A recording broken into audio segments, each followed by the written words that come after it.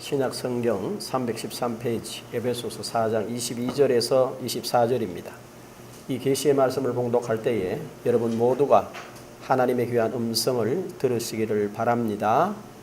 너희는 유혹의 욕심을 따라 썩어져 가는 구습을 따르는 옛사람을 벗어버리고 오직 너희의 심령이 새롭게 되어 하나님을 따라 의와 진리의 거룩함으로 지으심을 받은 새 사람을 입으라. 아멘. 지나간 한 주간 동안에 제가 말씀을 묵상하면서 참으로 이렇게 놀라운, 뭐라고 그럴까요? 이렇다 이렇게 말하거나 또 저렇다 이렇게 말하기는 너무나 놀라운 은총이었다, 이렇게 한마디로 표현할 수 있습니다. 그게 뭐냐 하면 지난주에 여러분에게 제가 서두에 말씀드린 대로 민수기서 23장 19절을 보면 하나님은 사람이 아니시고 하나님은 사람이 아니시다. 그 말을 우리가 생각해 보면 하나님은 우리와 뭐가 달라요? 차원이 다르다. 차원 다르신 하나님. 요즘 애들이 평상 그렇게 말을 합니다. 아이들하고 이렇게 이야기를 해보면 상대가 이야기를 못 알아듣는다 싶으면 상대와 눈을 안 맞추고 자기 말을 알아듣는 사람과 눈을 맞추면서 이야기를 합니다. 그래서 여러분 아는 대로 현대가 얼마나 빨리 변하는지 뭐라고 그래요? 쌍둥이도 뭘 느낀다고 그럽니까? 예. 그렇게 이게 세월이 빨리 가고 변화가 무상한 거예요. 그런데 이 세대 차이도 그런데 같이 거의 같은 시간에 태어난 쌍둥이도 세대 차이가 난답니다. 그렇다면 하나님은 사람이 아니시다라고 하는 이 한마디는 하나님과 우리는 세대 차이가 나는 게 아니고 뭐가 달라요? 차원이 다른 겁니다. 그런데 중요한 건 이 차원 다르신 하나님이 바로 우리를 뭐 하셨다는 거예요? 사랑하셨다는 거죠. 이게 참으로 놀라운 이야기인데 이 이야기를 제가 왜 다시 한 번 더 하느냐 하면 이 이야기를 그냥 흘려버려버리면, 그냥 흘리면 뭐로 되느냐? 그냥 지난 주간에 언젠가 한번 목사님 이야기가 하나님과 우리는 차원이 다르다 그러더라고 끝이 나버립니다. 그리고 오늘 한국 교회에서 굉장히 보편화되어 있고 일상화되어 있고 당연시되어 있는 것 중에 하나가 뭐냐 하면은요, 주일날 들었는 설교를 자리에서 일어나면서 잃어버리고 문을 열고 나가면서 대충 다 잊어버리고 교회 문 밖을 나서는 순간에 예배당 왔다 간다는 거 외에는 다 잊어버린다는 거야. 그럼 무슨 말이냐? 괜찮다. 다음 주에 또 들으니까 여러분은 콩나물 시루에 물 주듯이 자꾸 들으면 그렇게 잘한다 이렇게 말하는데 여러분 사실은 그 말은 틀린 말입니다. 여러분 시편 103편 기억하시죠? 1절에 뭐라고 그랬어요? 내 영혼아 여호와를 송축하라. 내 속에 있는 것들아 다 그 거룩하신 이름을 송축하라. 내 영혼아 여호와를 송축하며 뭐해라? 그 모든 은택을 잊지 말지어다. 내용이 뭡니까? 내 모든 죄악을 사하시며 내 모든 병을 고치시며 내 생명을 파멸해서 속량하시고 인자와 긍휼로 관을 세우시며 좋은 것으로 네 소원을 만족해 하시며 내 청춘으로 독수리같이 새롭게 하시는도다. 뭘 잊지 말라는 거예요? 하나님이 내게 베풀어 주신 은총을 잊지 말라는 거라. 오늘 집사님 기도하신 내용과 같이 여러분이 한 주간을 이렇게 돌이켜보면서 차원이 다르신 하나님이 나를 그 차원으로 끌어올리셔서 세상 가운데 살아가게 하셨는데 내가 돌아보니까 육신의 정욕과 안목의 정욕과 이생의 자랑을 중심으로 한 것 같은 삶을 산 것 같습니다라는 고백이에요. 그런데 은밀하게 생각해 보란 말이에요. 왜 그랬을까? 내가 차원 다른 내 이치를 깨달으면 내용이 달라지는 거예요. 전혀 내용이 달라지는 겁니다. 그래서 제가 그 말씀을 이렇게 묵상을 하면서요, 정말 이렇게 언제 어디에 가서 내가 어느 자리에 서더라도 그 부분을 놓칠 수가 없는 거예요. 야, 내가 이 차원을 하나님이 다르게 하셨구나. 그러면 뭘 해야 되느냐면은 내가 하나님을 이해하려고 그러는 것이 아니고 하나님 어떤 분이시냐를 뭐 하도록, 우리가 늘 외우는 대로 우리 주 예수 그리스도의 하나님 영광의 아버지께서 뭘 주셔라? 지혜와 계시의 영을 주셔서 하나님을 알게 해 주셔야 된다는 겁니다. 내가 하나님을 믿는 걸 아니고 하나님이 나로 하여금 하나님이 누구인지를 알게 해 주셔야 된다는 거죠. 그러면서 뭐라고 그래서 너희 마음의 눈을 밝히사 그의 부르심의 소망이 무엇이며 라고 했단 말이에요. 여기에서 제가 더 놀라운 게 바로 뭐냐, 오늘 제가 여러분에게 논하드린 대로 여기 보면 민수기 23장 21절에 한번 보십시오. 이번 주에 묵상한 말씀이에요. 야곱의 허물을 보지 아니하시며 이스라엘의 반역을 보지 아니하시는도다. 그러면 야곱의 허물을 보지 아니하시며 이스라엘의 반역을 보지 아니하시는도다. 그 다음 말씀이 대단히 중요합니다. 여호와 그들의 하나님이 그들과 함께 계시니 이스라엘이 하나님 앞에 허물이 있고 하나님 앞에 반역했으면 상식적으로 하나님이 그들과 함께 계셔야 되겠어요? 하나님이 그들을 떠나야 되겠어요? 응? 떠나야지. 여러분이 허물 가운데 있고 여러분이 하나님 앞에 반역을 하면은 여러분이나 제 스스로가 생각해도 내가 이 허물 때문에 하나님께 나갈 수도 없고 하나님이 내게 올 수도 없다. 그렇게 믿잖아요.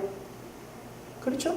또 내가 이런 하나님께 반역한 행동을 했는데 내가 이 반역한 하나님이 원하는 것과 정반대의 삶을 살면서 내가 어찌 하나님 내게 복 주세요 하고 나갈 수 있단 말이냐?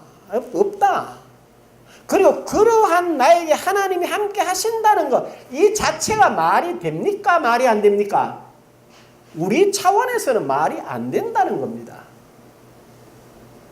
여러분 한번 생각해 보세요. 여러분이 잘 아시는 분이 있는데 이분이 아주 신실한 분인 줄 알았어요.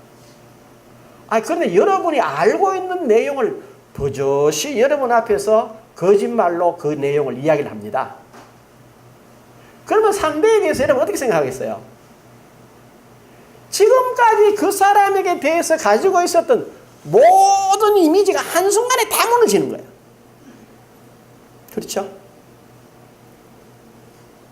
그 정도가 아니고 다음에 그 사람을 이렇게 볼 때 뭐가 자꾸 생각이 납니까?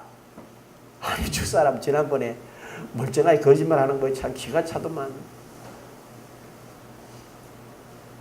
오늘 저 사람이 하는 말을 도대체 내가 믿을 수 있겠나? 이렇게 거기에 비춰져서 그 사람을 볼 때마다 그 생각이 나서 그 사람이 무슨 말을 하거나 무슨 행동을 하더라도 수용이 될까요? 안 될까요? 안 돼요. 또 여러분이 분명히 이건 아니다라고 알고 있는데 그 사람은 그와 정반대의 행동으로 그것이 맞다는 거예요.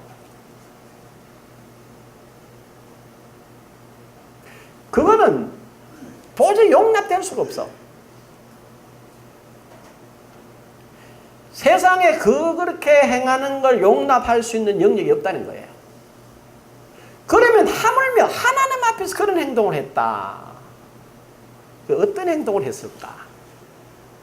이스라엘이 야곱이 어떤 허물을 했을까? 여러분 한번 보십시오. 출애굽기 14장 10절, 11절, 12절을 읽어보면 이스라엘 백성들이 숫곡이라고 하는 곳에서 이제 400년간 애굽에서 종살이 했는 데서 나오게 됩니다. 그런데 그 400년 종살이가 나오는 이스라엘 백성들이 나오는데 애굽 왕 바로가 가만히 생각해 보니까 아니 이 친구들 다 나가버리면 누가 농사를 짓고 누가 일을 하나 싶어서 잡아와야 되겠다 생각하고 군대를 가지고 따라옵니다. 따라오는데 어디까지 따라왔느냐 하면은 저기에 이스라엘 백성들이 광야길로 쭉 안 나가고 홍해길로 가는 거예요. 앞에 홍해 바다가 가로막힌 그곳으로 길을 잡은 거란 말이에요. 그리고 이제 애국 군대가 따라오니까 그 입장이 아주 난처한 거죠. 어떻게 난처합니까? 앞으로 나가면 바다에 빠져 죽고 이제는 다시 잡혀 들어가든지 맞아 죽든지 해야 되는 거라. 그 불과 2절 가운데서 이 사람들이 뭐라고 말하느냐면요. 모세와 하나님께 부르짖고 모세를 원망하는데 2절 가운데 애굽이라는 단어가 몇 번 나오냐면 내가 한번 세로 일부러 헤아려 봤어요. 무려 5번 나와요. 우리가 애굽에 있을 때에 우리가 애굽에 매장지가 없어서 우리를 애굽에 그냥 두라고 그랬는데 우리는 애굽에서 노예 생활하는 게 좋다고 그랬는데 당신이 우리를 애굽에서 인도해 내서 여기서 죽게 한다는 거예요. 그래서 하나님이 뭐라고 그러시나요? 모세에게 손을 내밀어라. 홍해를 가르고 건너게 하세요. 그런데 재미난 거는 홍해 길을 건너서 바닷길을 건너서 3일을 갑니다. 3일을 가는 길에 수로강렬한 데를 들어서는데 물이 없어요. 물이 없을 때 이 사람들이 지도자 모세에게 합심해서 원망합니다. 우리와 이 양떼를 목말라 죽게 하려고 인도했냐. 그래서 물을 보니까 물이 있는데 그 물을 마셔 써서 못 먹겠는 거라. 그래서 막 또 원망을 해요. 그때 하나님 그러세요. 모세가 하나님 어떻게 하죠? 한 나무를 명하셔서 그 나무를 집어넣으라는 거라. 집어넣었어요. 물이 닳았습니다.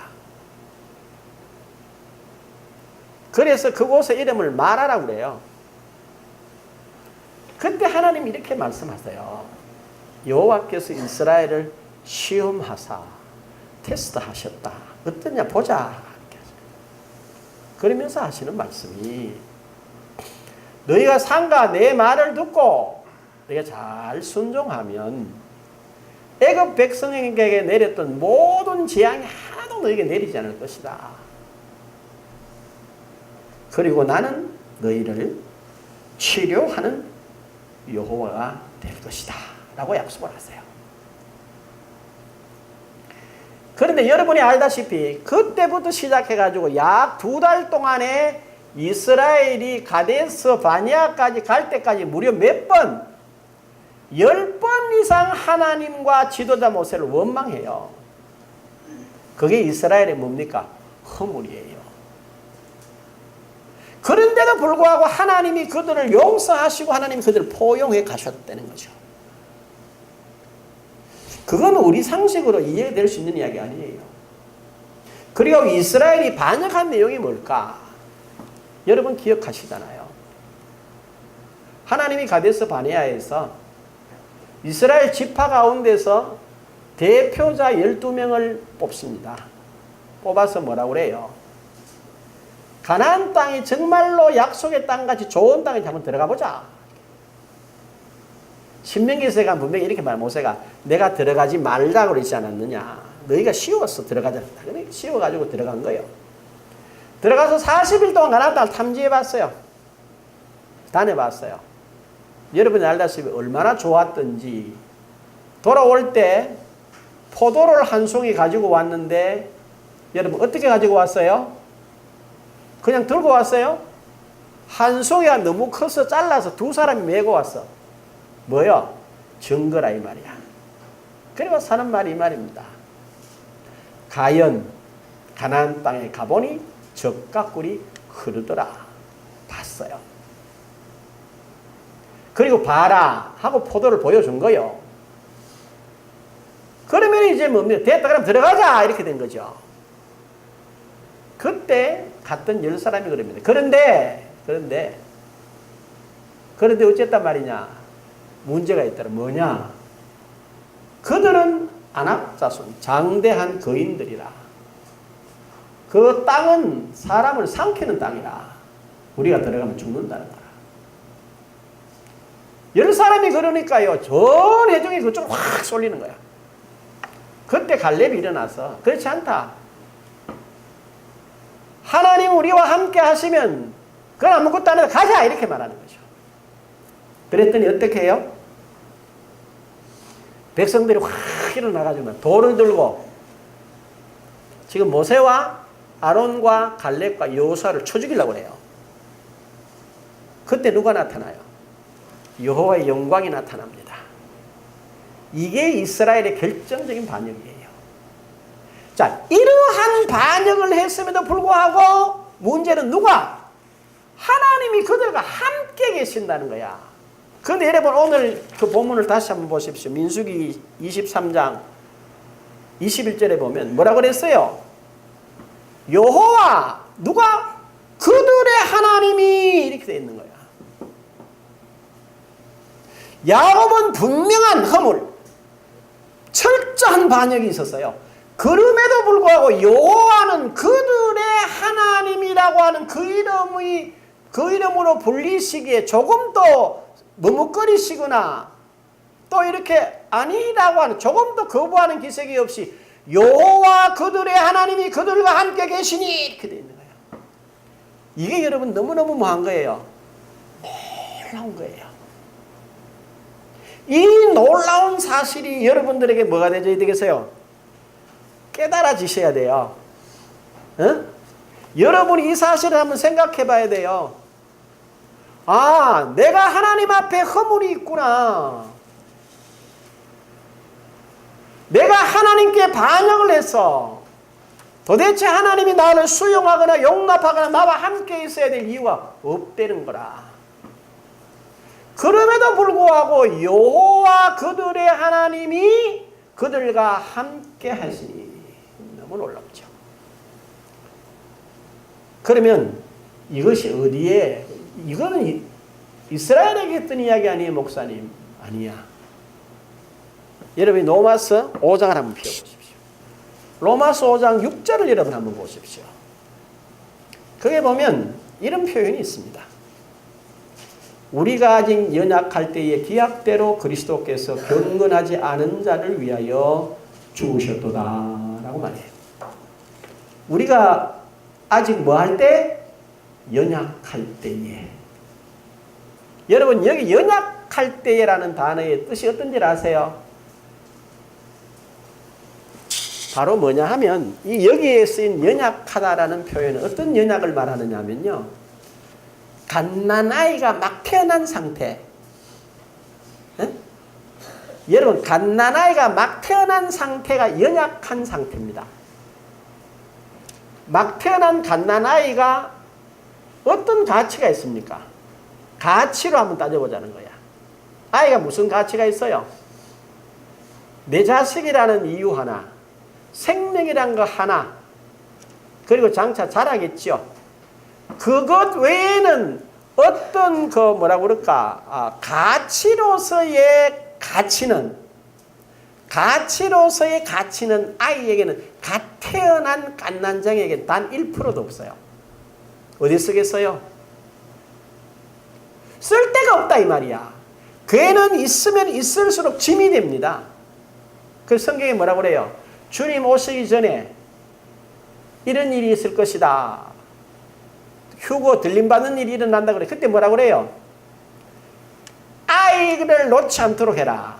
아이 놓는 때가 있다라는. 그럼 아이 놓으면 곤란하다는 거죠. 그러면 도망가는 일에 내가 일상의 모든 생활을 하는 일에 어린아이 아주 갓 태어난 갓난쟁이는 아무런 쓸모가 전혀 도움이 되지 않는다는 거야. 그게 연약하다는 말입니다. 여기 나오는 이 표현이. 그럴 때 어떻게 했대요? 기약대로 약속하신 대로 그리스도께서 경건하지 않은 자를 위하여 뭐 하셨도다? 죽으셨도다.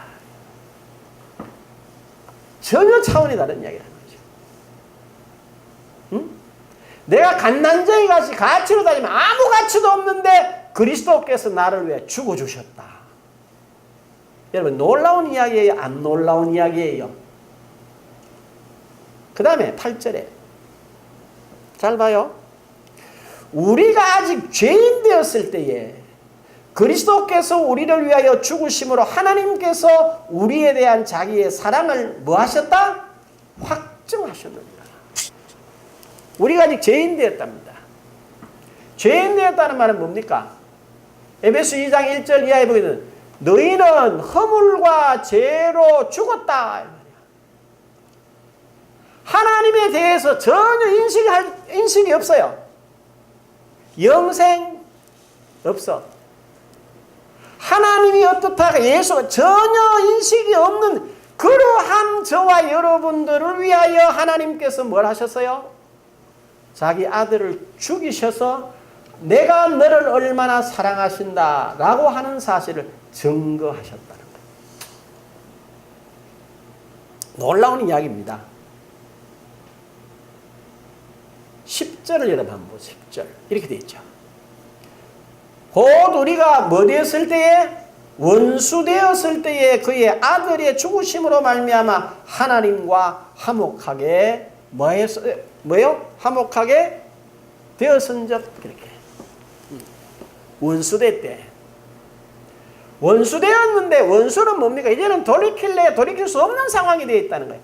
그럼에도 불구하고 그 원수된 저와 여러분들 온 인류를 위하여 하나님이 그 아들을 죽게 하심으로 하나님과 뭐 했어요? 화목했다는 거예요. 이게 뭡니까? 이게 바로 성서가 말하는 복음이라는 거예요. 복음. 그래서 누가 하나님이 모든 것을 뭐 하셨어요? 이루셨다 이 말입니다.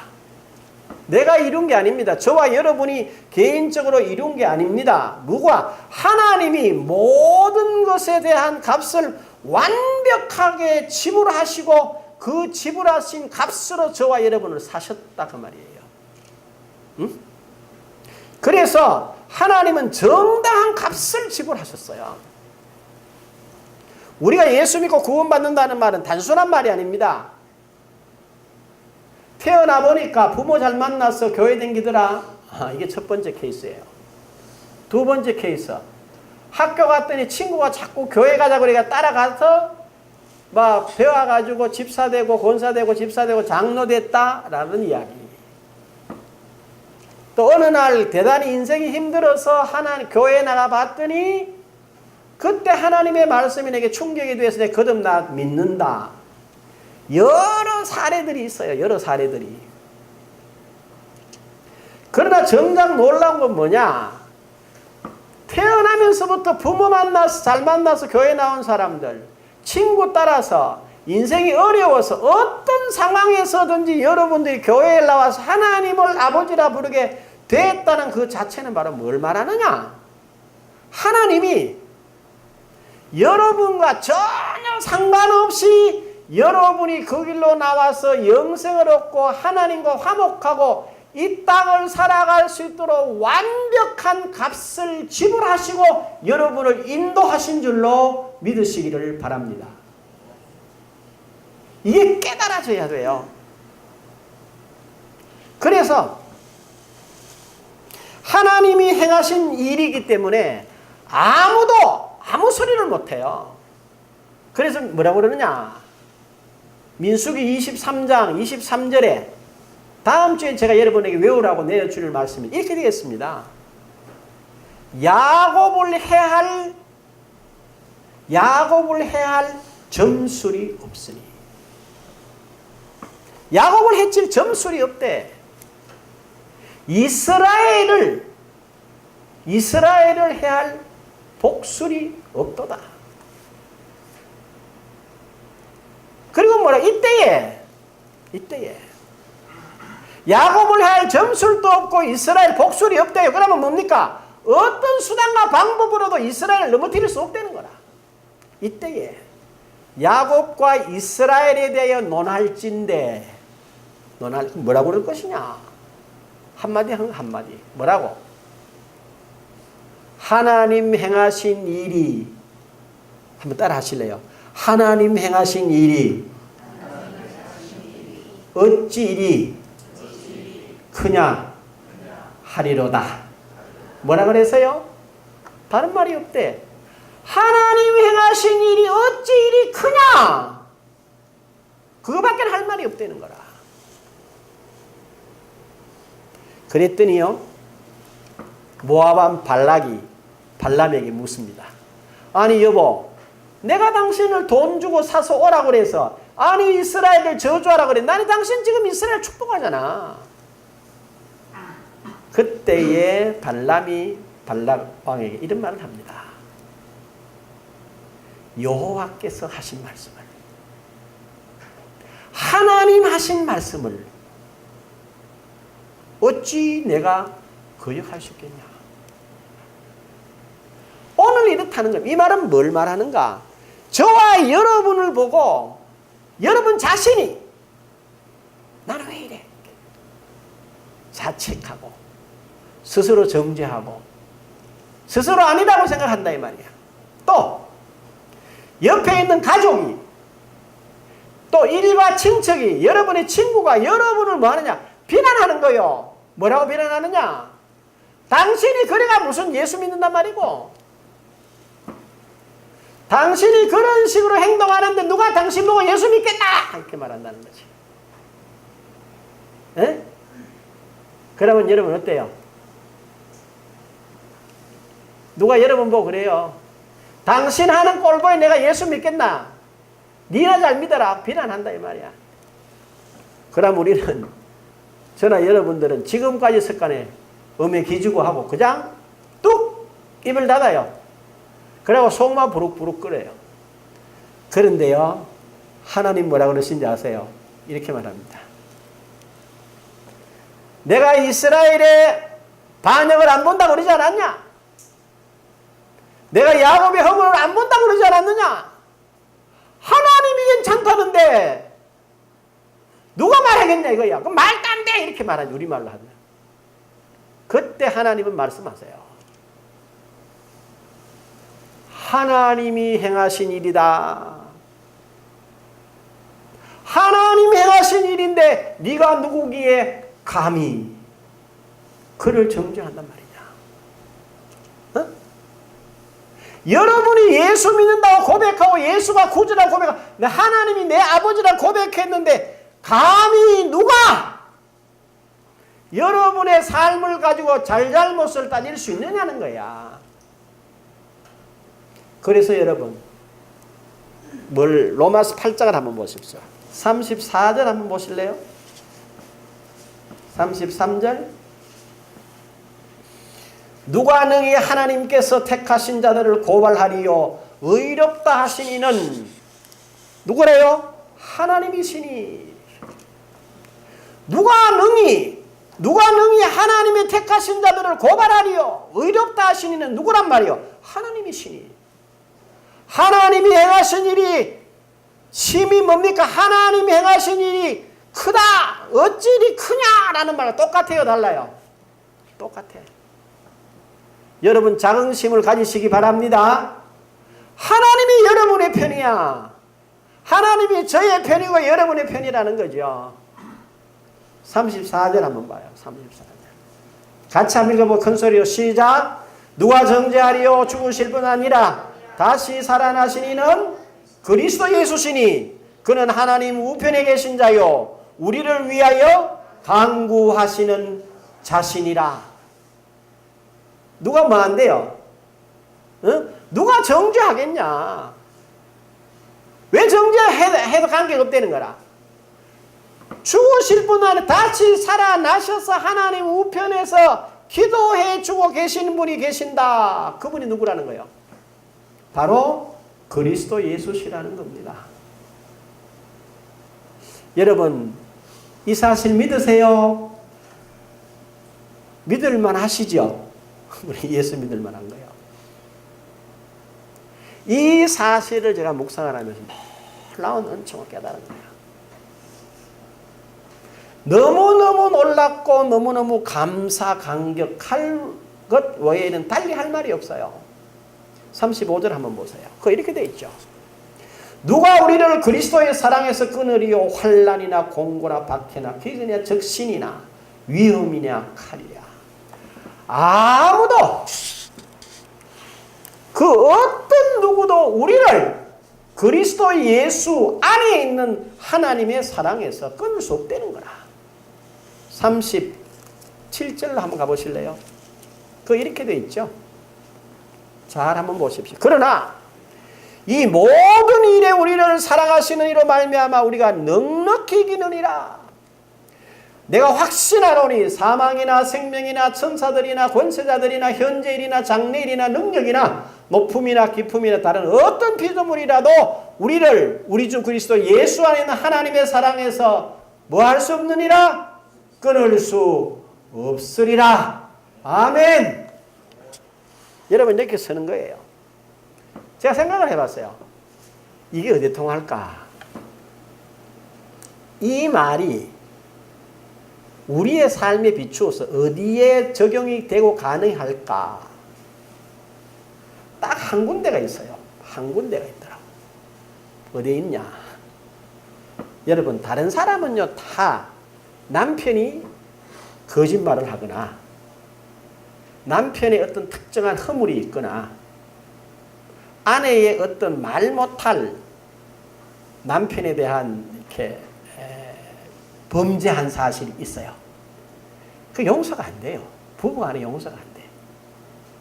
딱 용서되는 데가 한 군데가 있어요. 어떤 행동, 어떤 허물, 어떤 반역을 함에도 불구하고 용납되는 데가 있더라는 거야. 어디 있냐? 딱 한 군데 있어요. 자식에게 그게 가능해요. 자식에게만 가능해요. 여러분 한번 생각해 보세요. 여러분의 자녀가 여러분만 아는 피치 못할 죄를 어쩌면 또 사단의 충동을 받아서 또 자기 고집 때문에 실수하거나 범죄할 수 있어요. 그래서 범죄를 했어요. 그 범죄가 세상에 알려졌어요. 드러났어요. 세상 모든 사람들은 비난해요. 안 돼. 너는 끝이야. 도저히 용서받을 수 없어. 그런데 부모는 달라요. 뭐라 그래요? 얘야, 어쩌다 그랬겠지.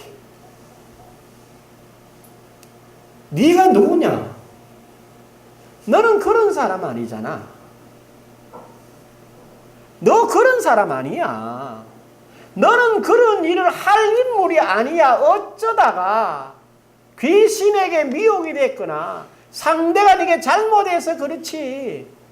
세상 사람 다 너를 안 믿어주고 세상 사람 다 너를 인정해주지 않아도 엄마인 나, 아빠인 나는 너를 인정해줘. 나는 너를 용서해줘. 너는 잘할 수 있어. 너는 다시 일어나서 행복할 수 있어. 세상에 너 같은 아이가 없으라고 말해줄 수 있는 게 부모가 자식의 허물과 자식의 반역을 뭐하나요? 덮어주는 거예요.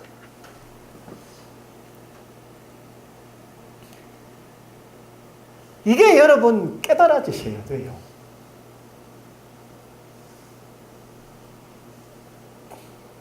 그러면 요한복음 1장 12절이 그냥 외워지질 않아요. 영접하는 자, 곧 그 이름을 믿는 자들에게는 하나님의 뭐요? 자녀가 되는 권세를 주셨으니 이는 혈통으로나 육정으로나 사람의 뜻으로 나지 아니하고 오직 누구에게로 났느니라? 하나님께로서 난 자들이니라.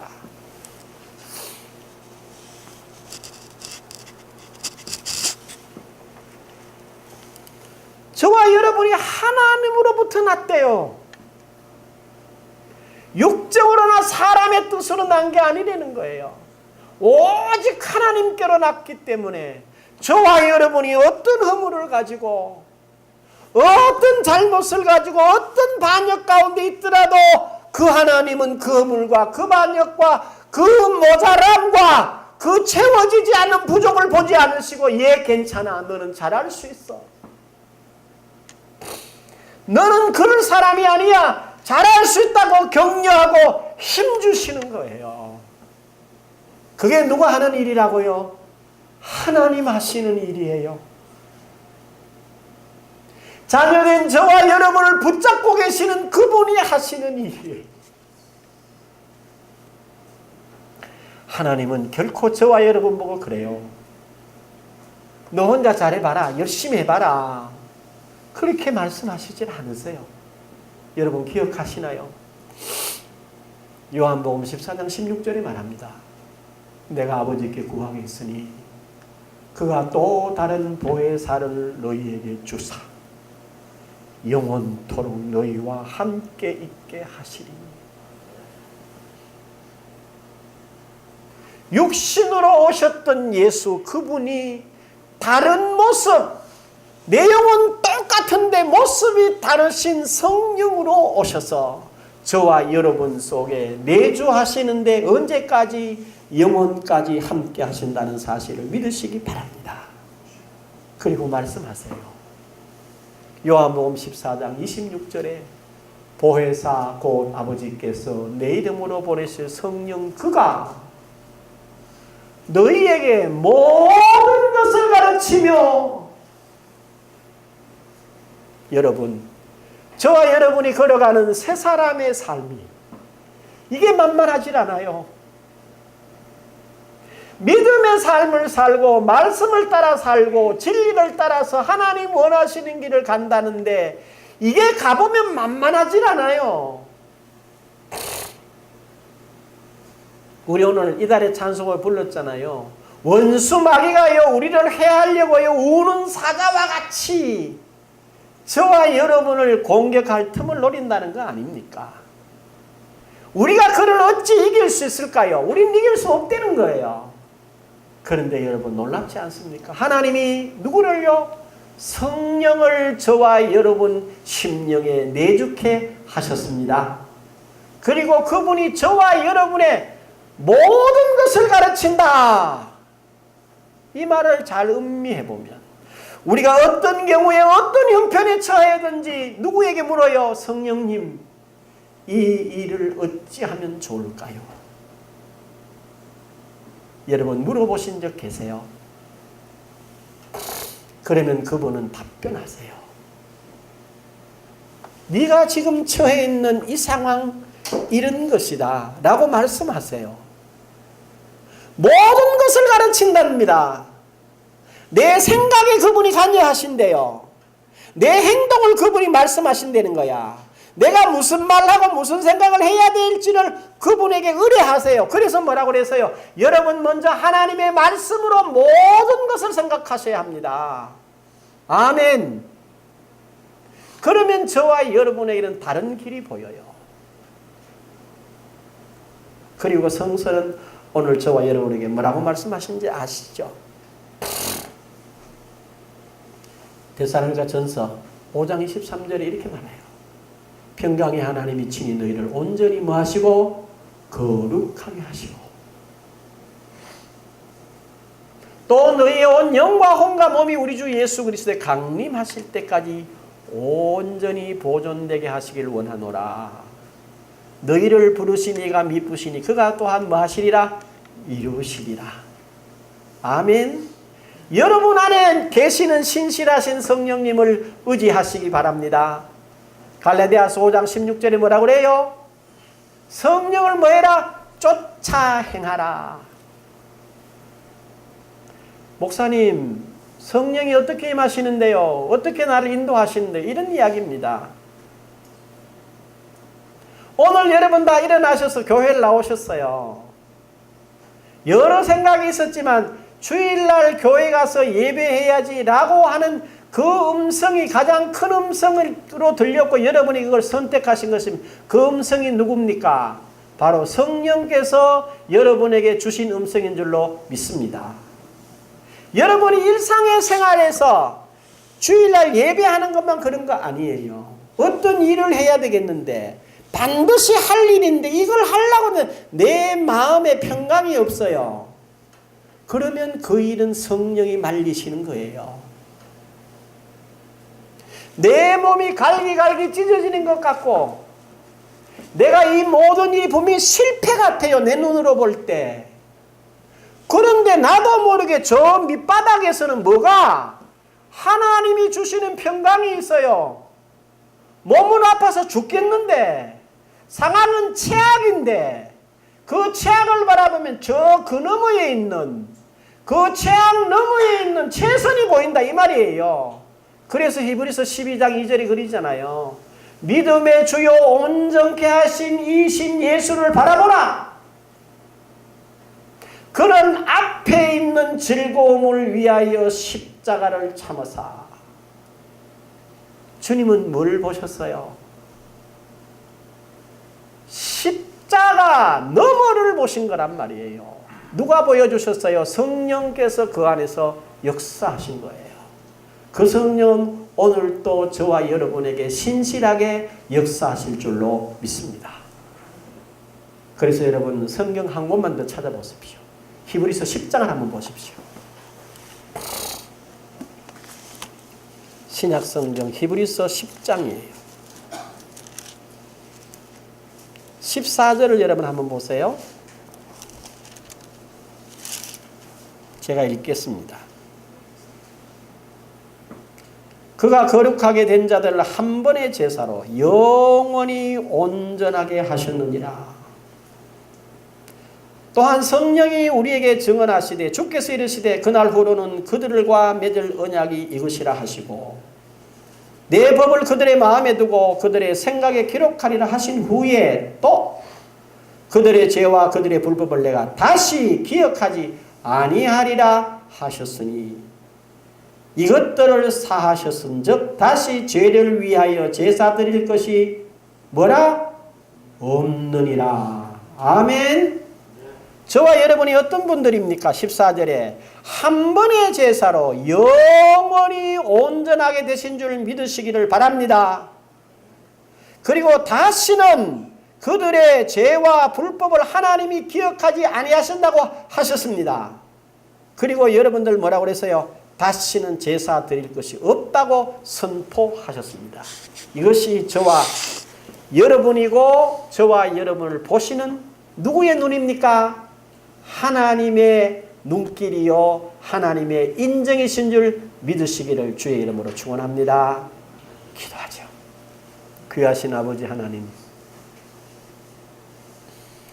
차원이 다르신 아버지를 우리는 우리 생각으로 아버지를 그 자리에서 모셔내리고 깎아내리고 비하하고 몰라서 원망하고 불평했던 날들이 많았습니다.